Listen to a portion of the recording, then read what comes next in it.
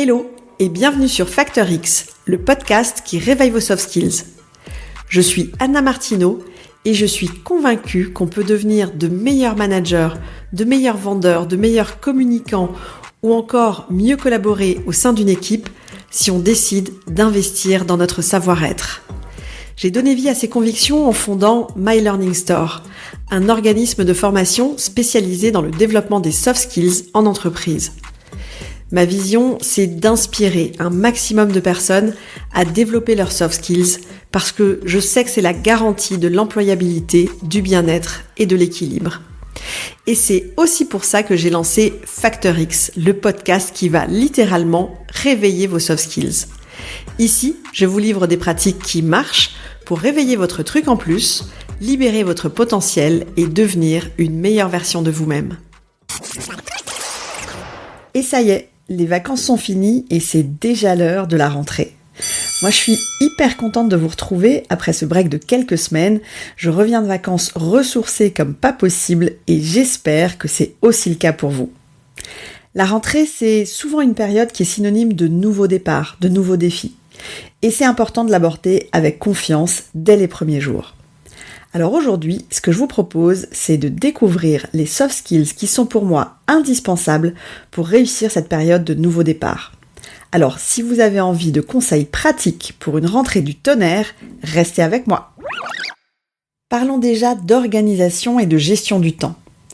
Après la période de calme estival, c'est vrai que la rentrée, ça peut souvent être synonyme de surcharge mentale et de stress.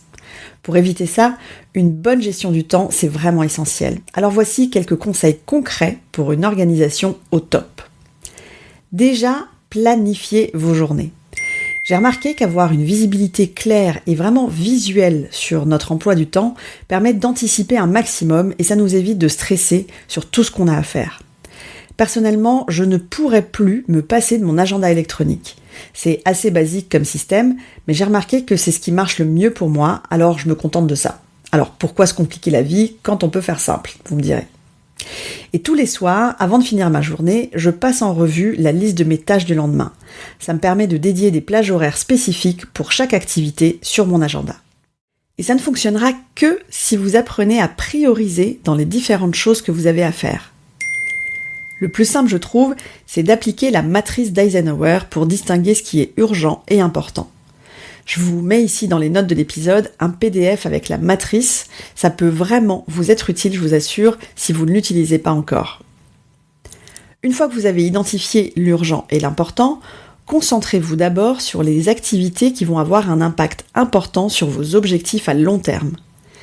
Définissez 3 tâches prioritaires par jour et faites en sorte de les réaliser, bien sûr. On sait qu'au-delà de 3 choses importantes, c'est souvent très difficile à tenir et on peut vite se sentir à nouveau complètement submergé par le quotidien. C'est pour ça que c'est important d'organiser votre temps sur la base de la matrice d'Eisenhower sur du long terme. Au minimum, identifiez les choses que vous devez réaliser dans la semaine et ensuite placez 3 tâches par jour. Ça vous évitera, je vous assure, que trop de choses importantes deviennent urgentes. Au quotidien, évitez la procrastination, c'est-à-dire le fait de remettre toujours les choses au lendemain. Parce qu'il n'y a rien de pire pour vous sentir très vite submergé dans les prochains jours. Alors pour ça, décomposez les tâches complexes en plus petites activités, en plus petites étapes qui sont gérables, pour ne pas justement avoir le sentiment que c'est trop lourd à gérer. Certaines personnes utilisent la technique Pomodoro pour gérer leur temps. Ça consiste à rester concentré sur votre sujet pendant 25 minutes et de faire ensuite une pause de 5 minutes. Reprendre avec 25 minutes de travail focus et encore 5 minutes de pause. Et ainsi de suite. En tout cas, que vous adoptiez la technique Pomodoro ou pas, ce qui compte, c'est de prendre l'habitude de vous récompenser après avoir fini le dossier sur lequel vous étiez concentré.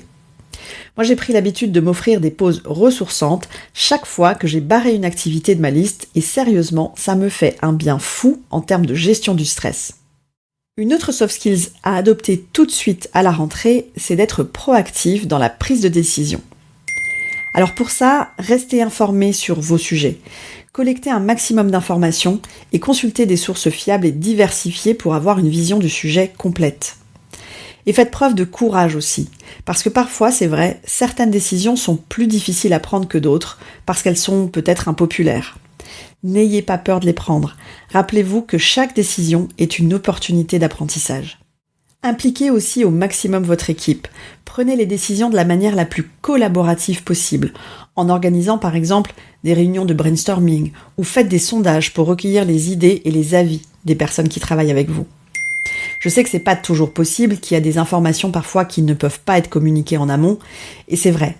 Mais la plupart du temps, vous pouvez impliquer tout le monde dans les décisions, et c'est important parce que ça impacte aussi l'implication et l'engagement de vos équipes. Alors, abusez-en. Au travail, se focaliser sur une communication efficace, c'est pour moi la clé de la réussite en équipe. Et ça, que vous soyez manager ou pas d'ailleurs. Parce que bien communiquer, c'est juste ce qui vous permet de réussir vos projets. Alors, intéressez-vous réellement aux autres. Soyez attentifs à leurs besoins et à leurs idées sans les interrompre. Posez-leur des questions pour clarifier ce qu'ils vous disent et montrer que vous vous intéressez. Et reformulez les points importants pour vous assurer que vous avez bien compris. La rentrée, ça peut aussi être synonyme de nouveauté, de changement.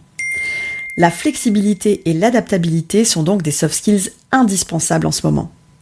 Pour rester ouvert au changement, ne vous accrochez pas trop au plan établi, aux objectifs que vous vous étiez fixés. Soyez prêts à les réajuster au fur et à mesure de ce qui se passe autour de vous. Parce que plus que jamais, le changement fait partie intégrante de la vie, surtout au travail. Et si quelque chose n'a pas fonctionné, apprenez de vos erreurs. Chaque échec est une leçon. Donc analysez ce qui n'a pas marché et pourquoi, et utilisez cette expérience pour éviter de refaire la même erreur. Et surtout, soyez proactifs. Anticipez au maximum les changements et préparez-vous à relever tous les défis. Participez à des formations pour continuer à vous améliorer et pour rester à jour dans votre domaine. Voilà, vous avez maintenant les clés pour aborder cette rentrée avec efficacité, le plus sereinement possible. La gestion du temps, la prise de décision, une communication efficace et la flexibilité sont les soft skills indispensables pour un nouveau départ réussi. Pour votre challenge de la semaine, je vous propose de choisir une de ces soft skills et de la mettre en pratique dès aujourd'hui. Par exemple, si vous choisissez la gestion du temps, commencez à organiser votre agenda pour les prochaines semaines. Téléchargez la matrice d'Eisenhower que je vous ai mis dans les notes de l'épisode et réfléchissez aux activités que vous devez réaliser pour la semaine prochaine. Placez toutes les tâches dans les cadrans de la matrice en fonction de ce qui sera plus ou moins important et plus ou moins urgent.